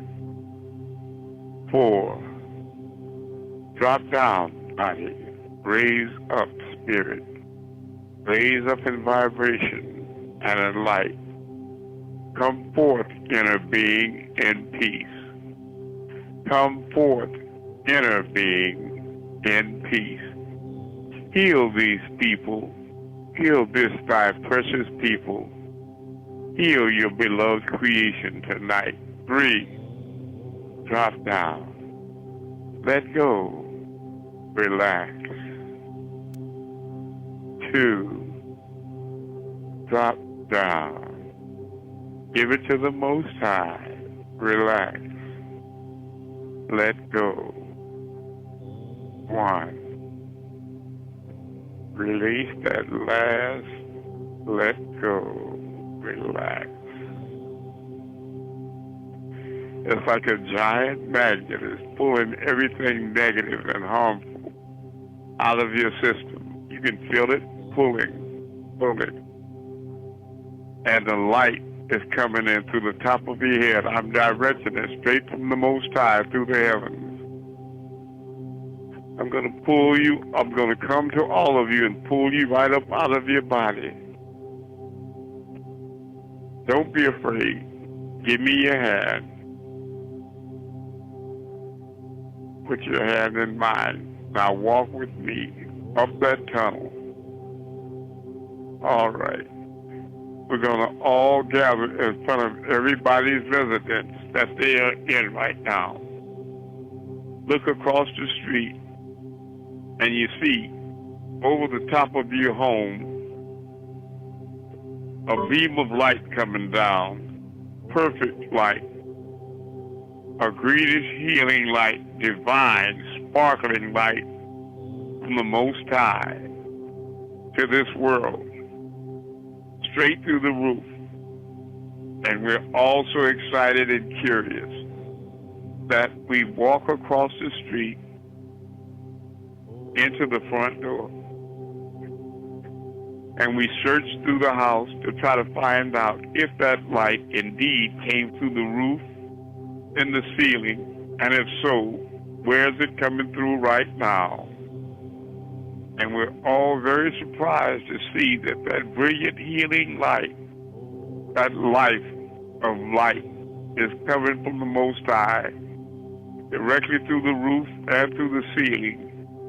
And it's a wonder that it's coming right into the place that we're laying down right now, pouring through the ceiling, bright and vibrant and sparkling, right through our heads, through the ceiling, pushing down through the top of our head, flooding our head and through our necks, through our shoulders, and passing into our arms, rushing down to our fingertips, and then moving up again and pulling everything harmful and negative, even harmful spirits, out of our body, reinvigorating every cell, nourishing our form, and purifying and healing us and stimulating us. We feel so good. We love this light, and this light loves us. It's powerful as a torrent. It's strong, and nothing can stop it as it moves towards our chest collectively. And it meets up with the light coming down through our head, surging ever more powerful, more brightly.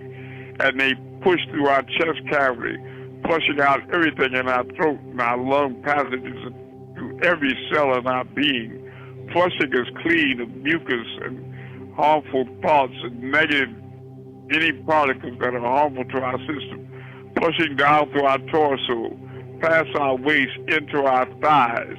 Everything is vibrating green, and we can see the light shining around our body, through our knees, our legs, and when it reaches our feet, the bottom of your feet begin to tingle, because that light is going to push its way through the bottom of your feet. It's going to push everything impure and unhealthy out of your system. Even negative thoughts and negative beings will come pushing out through the bottom. There it is, it's busting through the bottom of your feet. The light is kind of dingy. It's not as green or bright as that coming through the top of your head, because it has all those pollutants in front of it. Don't direct your feet towards people. Direct your feet away from people as you push that negative energy and negative beings and negative particles out of your body, leaving in its wake only health and vibration and healness and wholeness and divine love. You are a spiritual being having a physical experience. Now, as the light turns just as green coming out the bottom of your feet as it is going into the top of your head, cross your feet right now. Cross your feet, your ankles, and understand that we're going to make the light come down through your head even more powerful. So we're not going to stop this healing light from going into your being at all. It's just going to pile up. It's going to stack. And it's going to get so thick and intense inside of you that you can see every organ with your mind's eye through your physical form. As you light up, it pulsates. Remember that you love it and it loves you. As it bleeds through your pores, it pulsates outside of your body to form a sort of a highlight or an atmosphere that you've always described as an aura, like that picture of Jesus with that light around his head. You are becoming enlightened like the Buddha. You have that light all around your body, pulsing and fluctuating. It's waving across like the aurora borealis all through your system. You're stimulated with energy and purity, being rejuvenated and renewed. You begin age reversed. You begin becoming stronger and more energized with this pulsing light directly from the Most High, the life giver of the heavens and the earth. Now, as you walk with me again, I take you to a wonderful place that you've never been before, but you can see it with your mind's eye. With your imagination, you walk with the Messiah. You see a large temple-like building across the street, beautiful in color and architecture. It has lapis lazuli, emeralds, diamonds, gold, and platinum groups. The design and the beauty of this building is breathtaking. And when you try to look up from the top of it, it goes through the clouds, and you have to imagine how tall it is. And out of curiosity, you know how we are. We walk across the street, and we go through the winding, twirling doors into the lobby of this great palace. The carpet is so thick and plush that our bare feet sink into it and move between our toes. It feels so good. But every thread is made of gold and chrysolite. The walls, they shimmer with light, a beautiful green, healing light, and the vibration comes from the floors, walls, and ceiling. And the fragrances there are divine and heavenly, like we're in the scent of paradise. As we look around, there appears to be a large golden elevator there. We all walk toward it. When I push the button, the doors slide open so gracefully. we walk in this dim and beautiful light. And as I push the button, we start ascending very slowly at first, then we go faster and faster up. It tickles us in our belly as we emerge. The music is divine, heavenly grace, and the light and the beauty of this place is overwhelming, and the fragrance it makes our senses go wild. It's so beautiful and so peaceful, with peace and security reigning on all sides. As we rock in the bosom of the Most High, we know that we've returned home to our long home. Finally, after ascending up, God knows how far.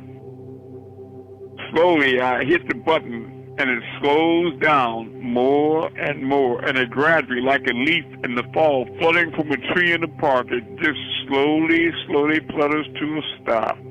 When I open the door, there's a stone pathway in front of us that's winding, with round cobblestones, smooth and beautiful, warm to the touch of our bare feet as we walk across them. Every stone we touch, it lights up, and it has a tone to it. It's like we're playing melodic music as we walk barefoot across these warm, beautiful stones that tickle us and make us feel so warm and good. We're surrounded by hedges and plants and flowers of star jasmine and beautiful hummingbirds, butterflies that are monarch with wonderful dazzling colors that we've never seen before. The sky above is pure green, dazzling light. As it appears, the sun is emanating this divine healing substance, directing it straight into us. We hear the laughter of little children to the left as we wind our way through the hedges, and we finally see the little boys and little girls playing and laughing and smiling with those big white teeth and beautiful eyes as if they were hidden pearls. And they too have this green tint all over them, and they recognize us and they think to themselves, I wonder if they know where they are. But as we look towards the water in front of us, it appears to be a giant sea of green, sparkling water. That's what it is, this divine healing essence, as we step our bare feet into it. A little further we go, it works up our ankles, and it feels so good. It reminds us of where we came from and where we used to be, and where those that are strong enough and pure enough and willing to make change and go back to the ways of the Most High will return again very soon. Over our knees, we go down further, our toes caressing the warm sand beneath our feet as every kernel is rounded off through age. As we go down deeper and deeper, some of the people that are not as tall, they experience the water by their noses. They begin to wonder, will I be able to breathe? But as they have faith in me and we walk further, they become overcome by this, what appears to be water, but it's very light and it's not. So they hold their breath and go under with us. But they find out when they can't hold their breath any longer, that when they breathe, it's easier than breathing air on earth. Oh, this divine substance, it rejuvenates and heals every aspect of their being, because they become one with all, and all is one with them.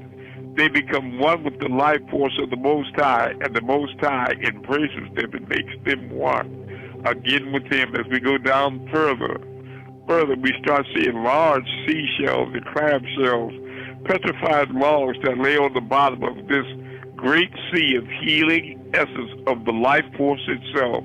And we all casually take a seat, dig our feet into the sand, and we watch as the sea plants flow and air back and forward like large, long stems. They're so healthy they grow 100 feet per day.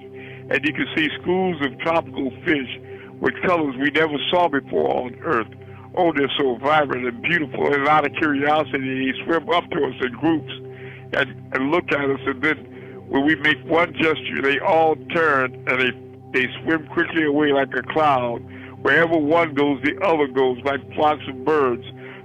And we just start enjoying our surroundings so much that we relax more and more until, like the seaweed, the plants around us and the fish, we begin to ebb and flow left to right, slowly side to side. With the ebb and flow of this water of healing life, we go to, we relax until we become one with it, and we don't know where this healing essence begins or we end, because we are finally one with all, one with the force of life itself, We are life itself. And then I get up after you've released all of your problems, and all of your troubles, all of your cares, and all of your illnesses, all released in this infinite sea of divine love and mercy. We turn around and start slowly walking back towards the shore. As the surface of the water gets closer to breaking, we can see the sunlight outlined on top with the rays penetrate the surface. Oh, it's so beautiful. And when we get closer, we can faintly hear the laughter of those children on that beach, and every kernel of sand is made of precious jewels that are from the ebb and flow of the tide. They can be washed against each other until they're all rounded off into perfect little gems that caress our overjoyed toes. Oh, we walk out into the sunlight again, and we walk up to that winding path, and the beautiful sense again of those large, beautiful flowers and orchids and the beautiful hummingbirds and butterflies until we get to the door of that elevator again. I press the button, the golden doors slowly glide open, and we step in, we file in.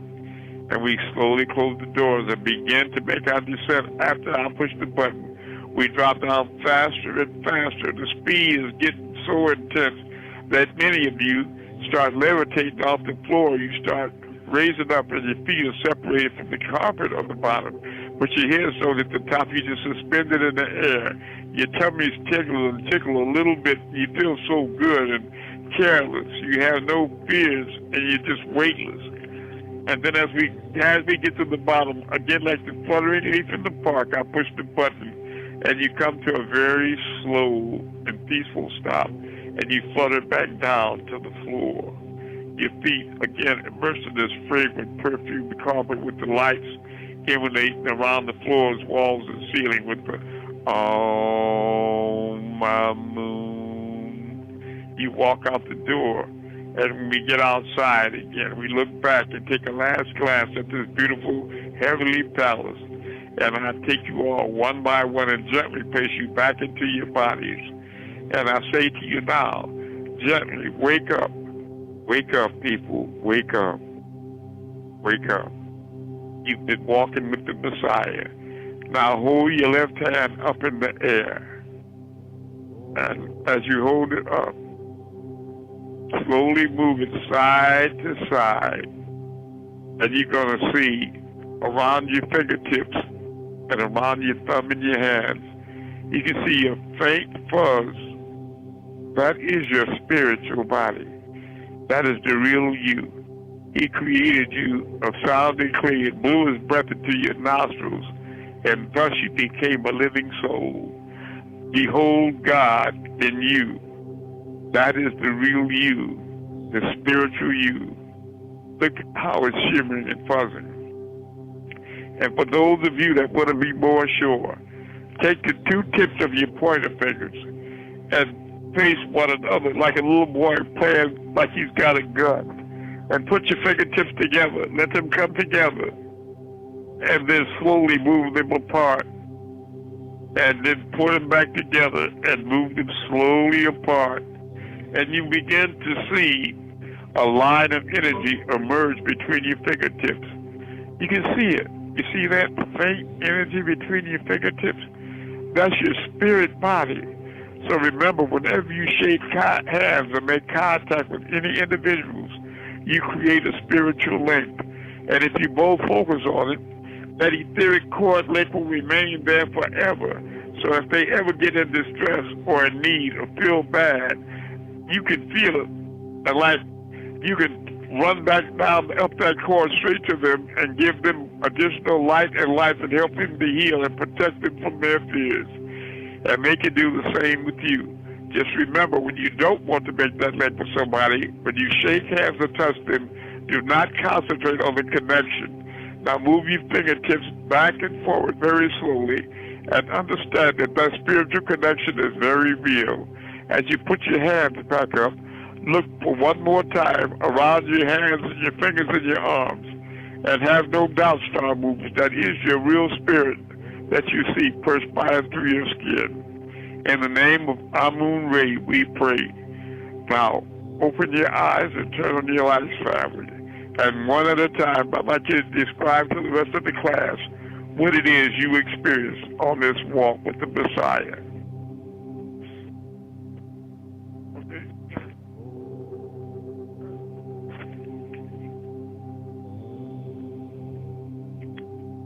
All right, who's going to be the first one to describe what they experienced?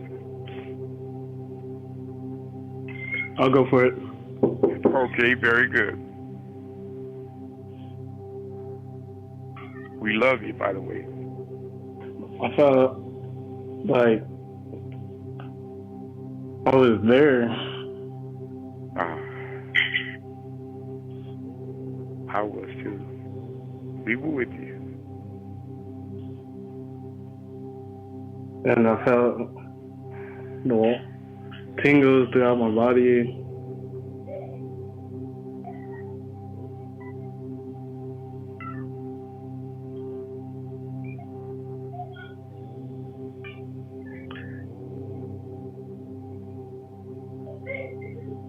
It was just a little, I don't know, like, I'm a little shaken up. I understand. But you knew I was real, and you knew you were real, and you knew the Creator was real, right? Mm-hmm. And you suspected that the world had gotten a little off the path and got a little lost, didn't you? Mm-hmm. You could tell when you looked at the news that something wasn't right, right? Yeah. They're going too far, aren't they? Yeah. It's time to get back to the source, isn't it? Closer to the source, isn't it? Yes, sir. He loves you, and that's why I was sent, okay? Did you doubt his love for you? Did you? Nah. Not even for a second. He knows that. That's why he sent me to you and you to me.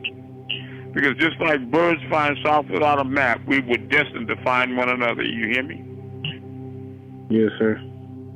Just like the bears know when to hibernate and wake up, why salmon swim upstream to lay their eggs. We all know that's why we're here. All right. Who else wants to be next to tell us what they experienced? Are you here? Cheryl.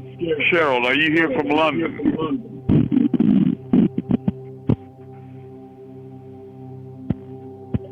Go ahead, Anuka.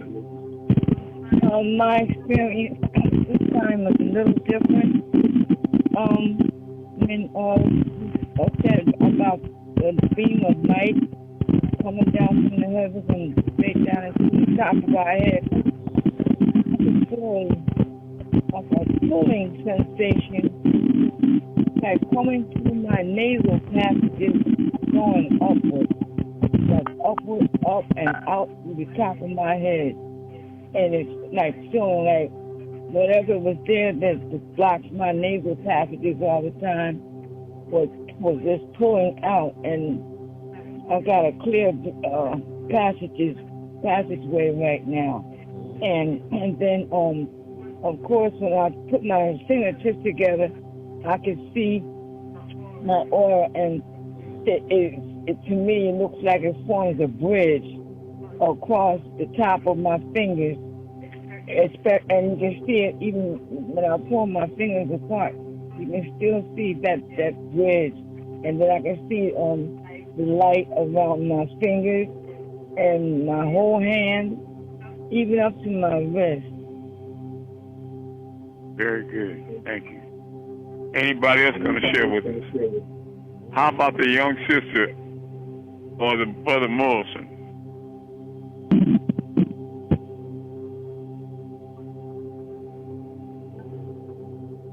Keith Amun.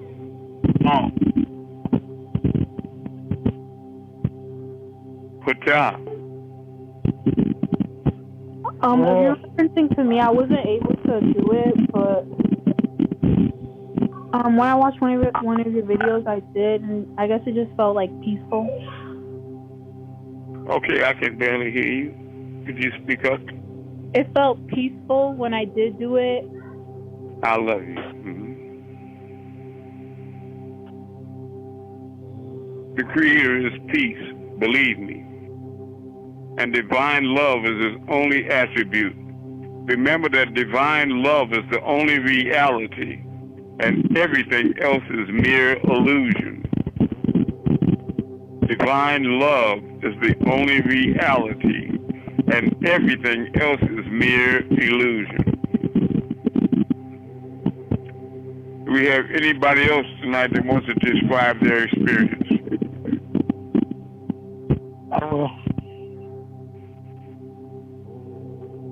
Okay.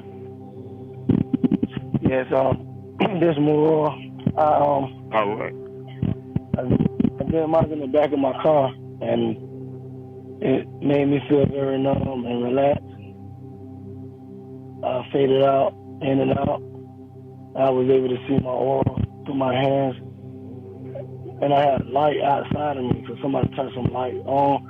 I still was able to see my hands glow as we were pulling our hands back and forth over 9 times, and I feel better. I'm glad you feel better. We need everybody to send your email address to me with a testimony about this class. Let the world know what you experienced, what you saw, and what you felt. Invite everybody home until we bring truth to that scripture. Behold, I looked at Mount Zion, and there stood a Lamb, and with him 144,000, with their father's name written in their foreheads, which means that their third eye is now open, and certainly thou wert heedless of it, but today we have removed from thee thy veil, thy sight is sharp, and I will return information to you that will help you transform until you can afford to get your first spiritual package. We are one eternal divine love. I am Nitia authority, Amun-Rayay, Asa, Messiah, sent as servant to the 144,000 purifiable souls. Please get this information out to the whole creation by the thousands. Go to Facebook and join every group. All of you should be recording all these classes front to back. Please listen to these classes every night on our YouTube stations.